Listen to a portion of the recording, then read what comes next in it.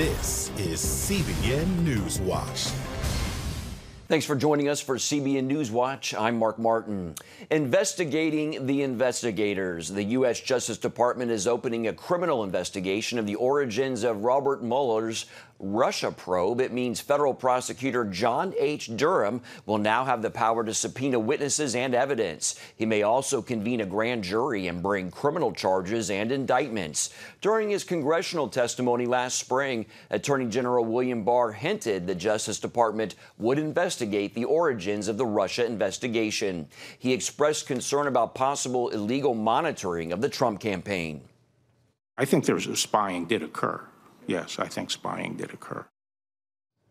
Gary Lane is following this story and reports that Trump critics are calling this a political move. Now, Gary, is this politics or something else? Break it down for us. The Democrats would say it's politics, and it's because of comments that the president has made over time, especially recently, more recently, to Doug Weed. He was in the Bush administration. He's the author of a new book called Inside Trump's White House.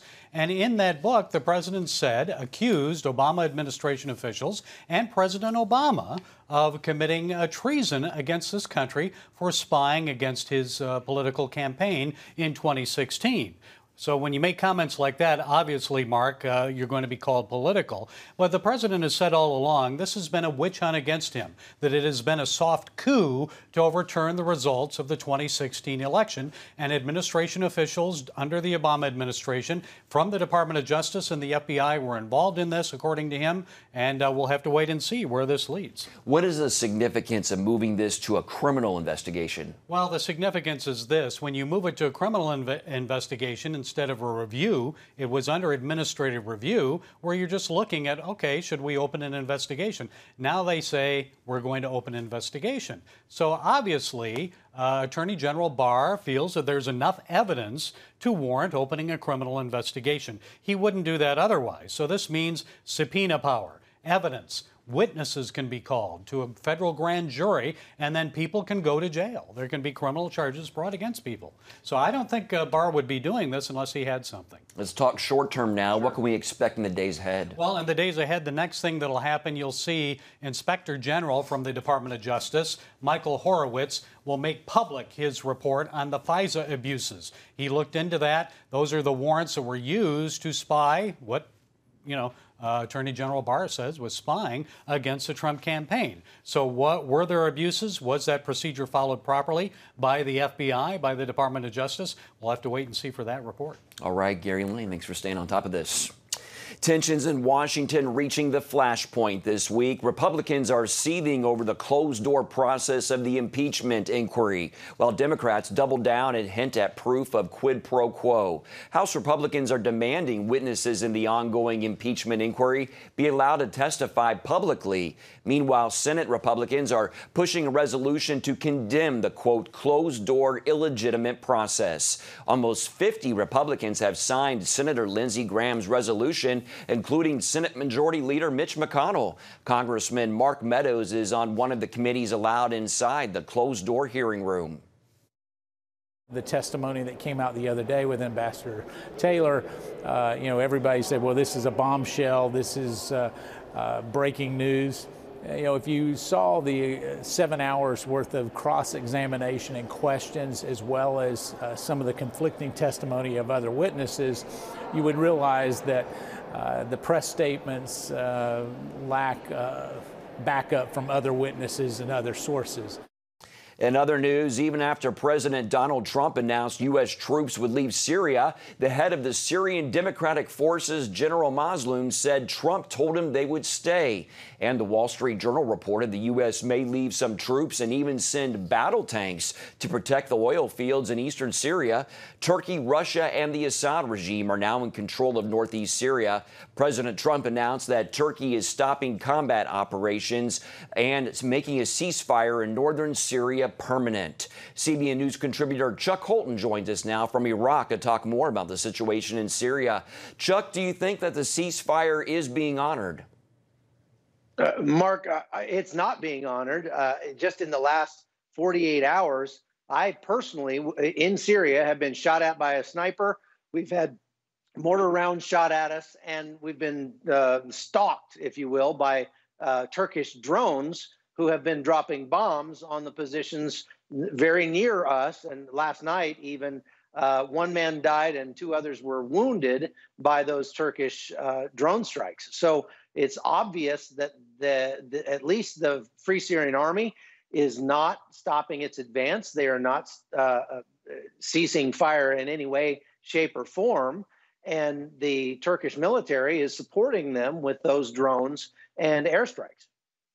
You were with the Free Burma Rangers on a rescue mission and were ambushed. Tell us about that experience, Chuck. We got a call from the SDF commander in that area just south of Ras Lain, and he said that they had a soldier who had been shot in the leg and had somehow gotten separated from his unit and was bleeding out up there, needed a rescue. So look, Free Burma Rangers is not a political, they're not taking sides in this necessarily, but they are, they will save people who need saving. And so we all jumped in our armored ambulances and drove up to the area where this soldier was supposed to be. He wasn't there. We didn't find him. As we got out and started looking for him, Free Syrian Army forces opened fire on us in a near ambush with a 50 caliber machine gun, a BKC, which is a 7.62 millimeter machine gun, and a bunch of dismounted troops. Somehow, by some miracle, even though all of our troops were out there in the open, I say troops, all of our FBR team was out there in the open, none of us were hit, and they didn't even hit our ambulances, which is, like I say, it's absolutely miraculous. Tell us about the plight facing refugees fleeing into Iraq, Chuck.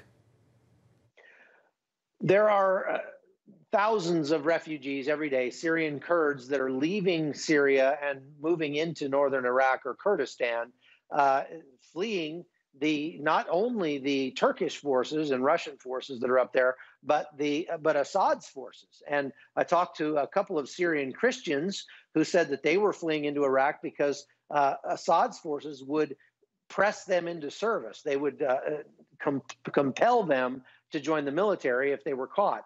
Yesterday at a refugee camp here in Iraq, I talked to a Syrian woman who said that her husband was not able to escape with her because the border guards would turn him in and he would be pressed into service.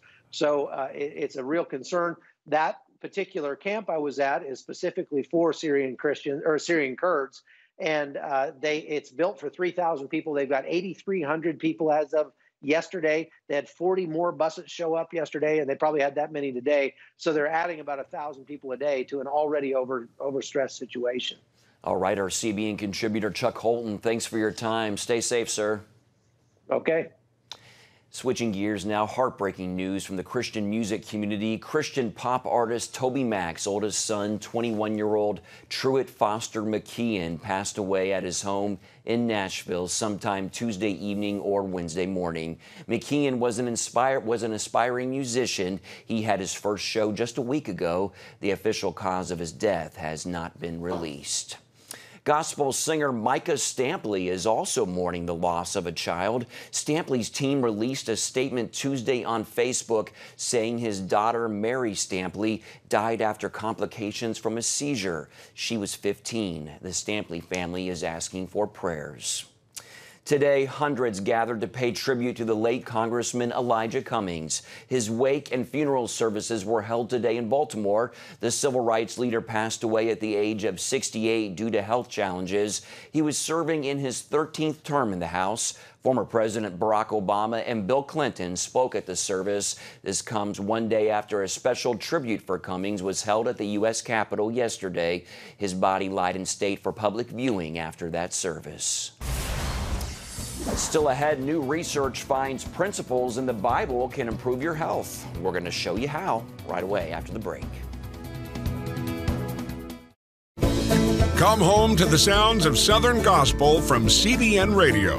You'll enjoy a rich Southern blend of bluegrass, classic gospel, and Southern gospel favorites like the Gaithers, the Crab Family, and bluegrass sounds like Mountain Faith. So make yourself at home with the all-new CBN Southern Gospel, now available at cbnradio.com.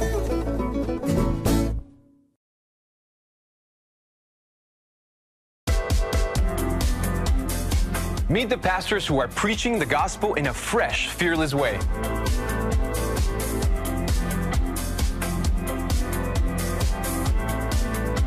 I'm Roberto Torres-Cedillo. Join me each week for Next Gen Voices.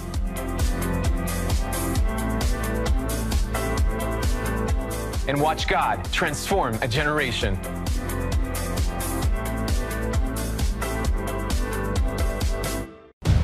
Prophecy thousands of years old. We were called to be a light to the world. Being fulfilled today.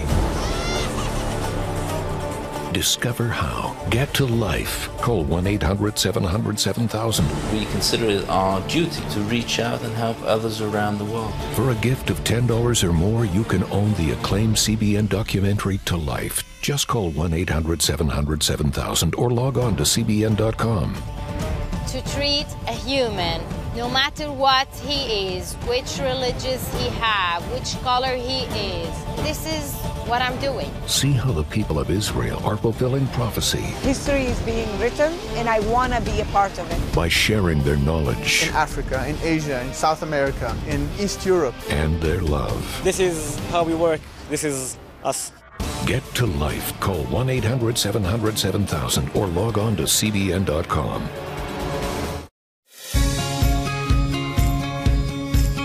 Young people, millennials, are flocking to church. It's not an exaggeration to say that we love to meet them and that we love to know their stories.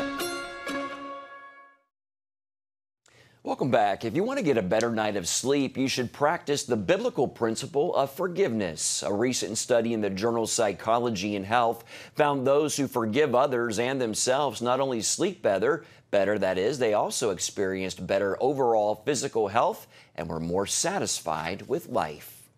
Another biblical principle is proving to be good for our health, giving. And as Lori Johnson tells us, overwhelming evidence proves generosity is good for your health, from preventing cancer and heart disease to building self-esteem. The facts are clear. Givers live longer, happier, healthier lives. Studies show generosity triggers a number of significant changes, all of them good, both mentally and physically. Here at the world-renowned Cleveland Clinic, Dr. Michael McKee develops ways to enhance the inner healing response of patients. There are tremendous health benefits to giving. Stress leads to illness, and Dr. McKee says giving can reverse the deadly effects of stress. It doesn't matter whether you give time or money, or if it's to a loved one or complete stranger. Well, we know that the giving tends to reduce blood pressure, slow heart rate. Again, giving reduces stress. It reduces depression. Researchers from the National Institutes of Health studied MRIs of people who gave to various charities. They found generosity stimulates the reward center in the brain, releasing chemicals that strengthen our immune system. And we know again that there's a release of endorphins. These are the kind of magical chemicals that come from various areas in the brain, and they flood throughout the system. They're cousins, basically, but some reduce pain, some kind of seek out sick-looking cells and exert a healing effect on them. They have many different positive effects. Dr. Stephen Deutsch is the chairman of psychiatry at the Eastern Virginia Medical School.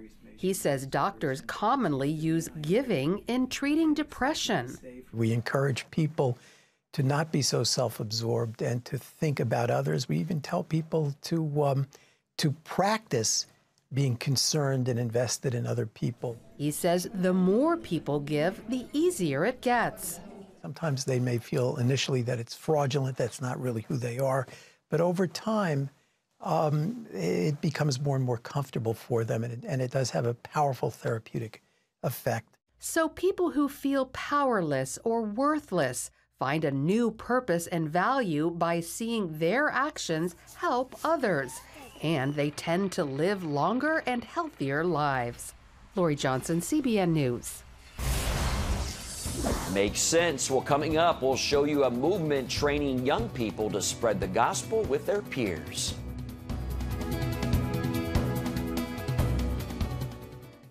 Too often, we carry baggage from our past. You know what it's like.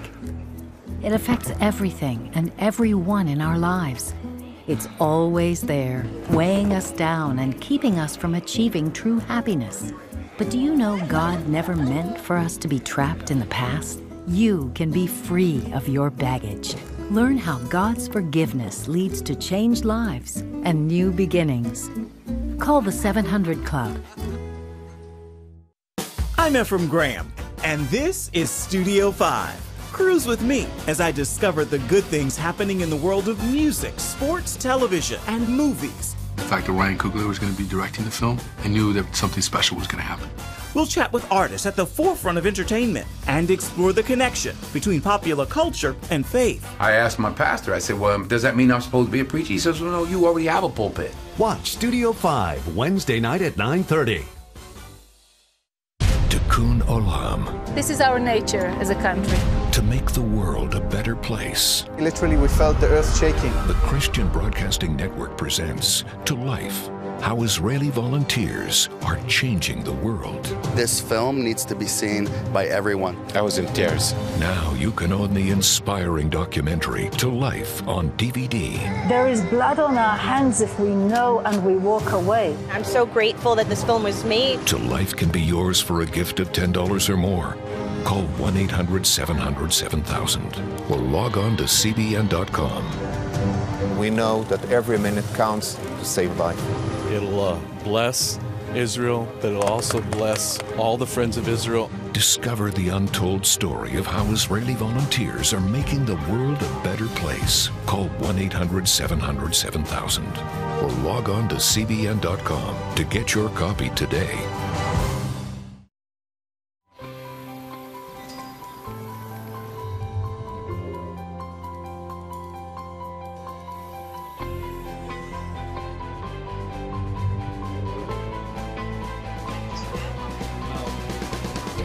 Region's first ROTC graduate student.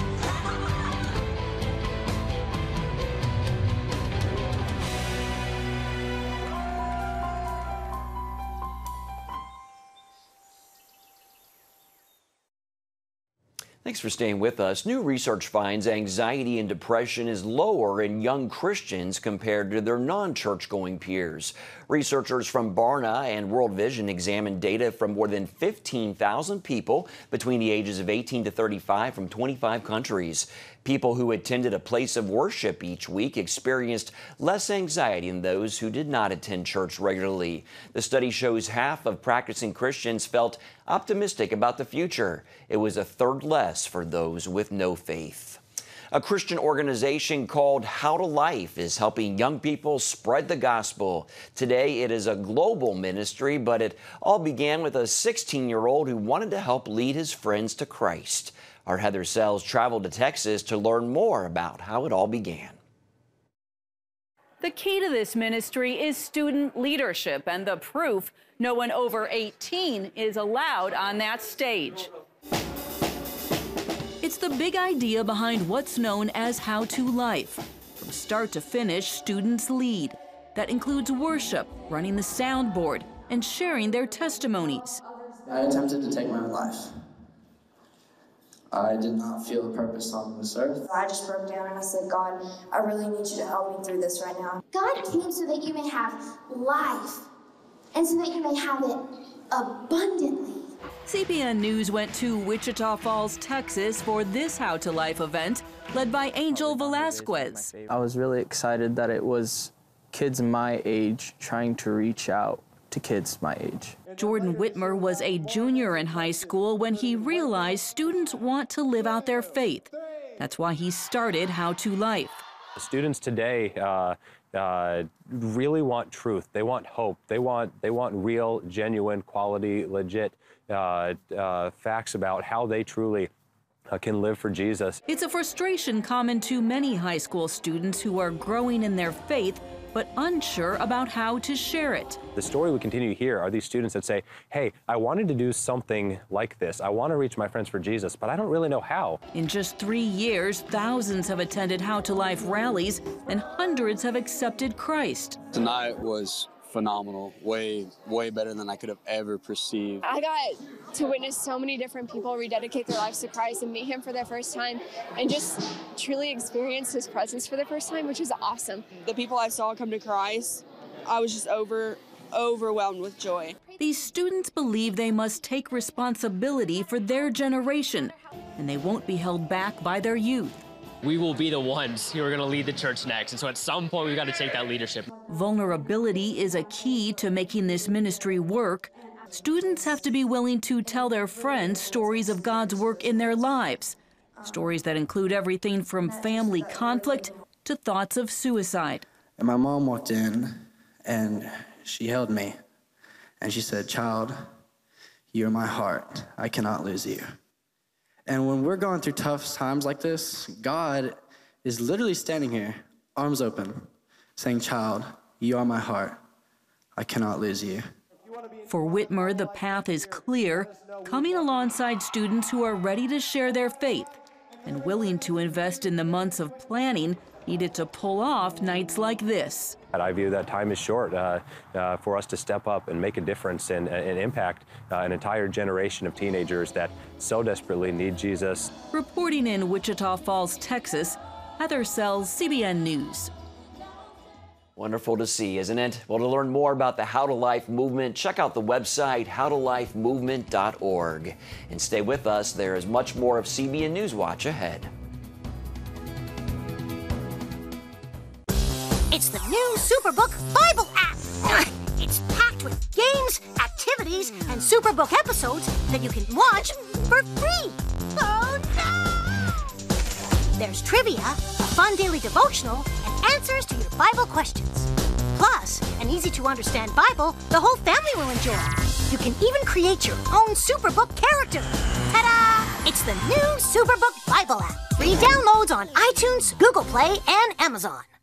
From Washington, D.C., uncompromising stories, interviews, and analysis from veteran journalists David Brody. Escalating fight. Jenna Browder. Chose his words carefully. Ben Kennedy. Plan to join him. And Amber Strong. For impeachment grows a little bit louder. Bringing you the political news that matters. We get out and tell the story of the progress that we're making in this country. Watch Faith Nation, weeknights at 6 on the CBN News Channel.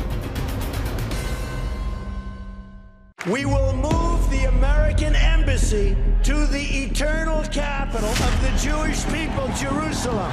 As the nations rage, you can stand with Israel. History is being written, and I want to be a part of it. Call 1-800-700-7000 and get to life. This is our nature as a country. Discover the untold story of how Israeli volunteers are changing the world. We consider it our duty to reach out and help others around the world. For a gift of $10 or more, you can own the acclaimed CBN documentary To Life. To treat a human, no matter what he is, which religious he have, which color he is, this is what I'm doing. Support Israel in their time of need. Get to Life, now available on DVD. Call 1-800-700-7000 or log on to cbn.com. And I wish that other people throughout the world could see this side of Israel. Hi, I'm Sean Brown, host of Going the Distance. Here's a look at one of our stories coming up this weekend. Houston Astros second baseman Jose Altuve made a name for himself as the smallest player in the league. Well, now he'll also be known as the 2019 ALCS MVP and the guy that blasted his team into the World Series with a 2-run homer in the 9th inning with the game tied at 4 runs. And to think he was once told he was too small to ever play professionally. Yeah, right. Check out his story.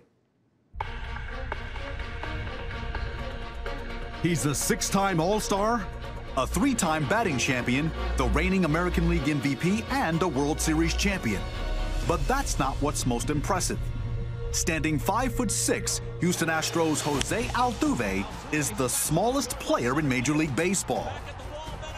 You don't think of your size as a negative at all, do you? No, I'm really happy that I'm 5'6" and I can play ball. Wow, why do you say that? Because. The average height of a major leaguer is roughly 6 feet. So when Jose blasted his way into the majors in 2011, he rocked the baseball world with a smile. Just the fact of waking up every day, having my family, and you know, having the opportunity to come to the ballpark and do what I love to do as my job. When Jose was 16 years old, baseball scouts told him he was too small to play professionally. But the big boss was there at that time, and he just decided to let me join the organization. The big boss he's referring to is then Houston Astros assistant Al Padrique, who noticed Jose's drive and passion for the game. I remember he saying something that, okay, he really enjoyed playing baseball, and that is better than having all these tools, because you really want to see inside the player and really want to find out if he want to play or not. And he thought about me maybe having the right attitude to go out there and play. Jose signed with the Astros organization in 2007. 4 years later, he was called up to the big leagues.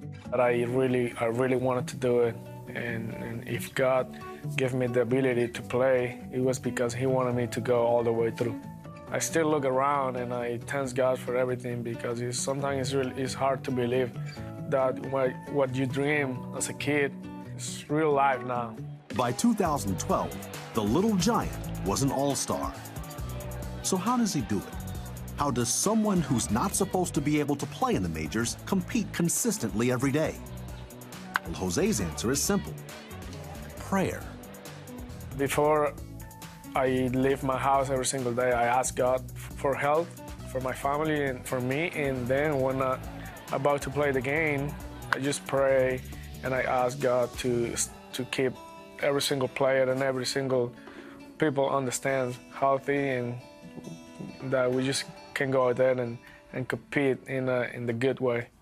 In 2017, Jose helped the Astros win their first World Series championship in franchise history.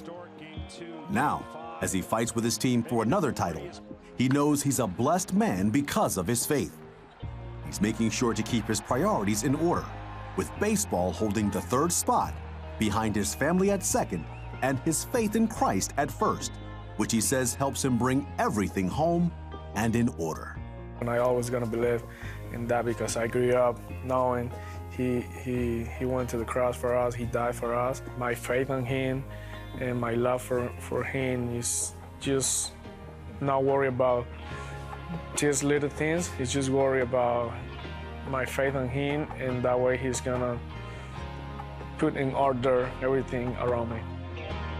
Wow, now there's a guy that has every reason to fail at first glance. But Jose said God gave him the ability to play, so he's going to work with what he's got. Well, look, we'll have more stories and more news from the sports world on Going the Distance this weekend. Thank you, Sean. What a great story, a true David and Goliath story, that's for sure. Looking forward to it. You can catch Going the Distance with Sean right here on the CBN News Channel. It airs Saturday at 6:30 and Sunday at 7:30 p.m., both Eastern times. That's going to do it for this edition of CBN Newswatch. Hope you'll join us next time. Have a great day.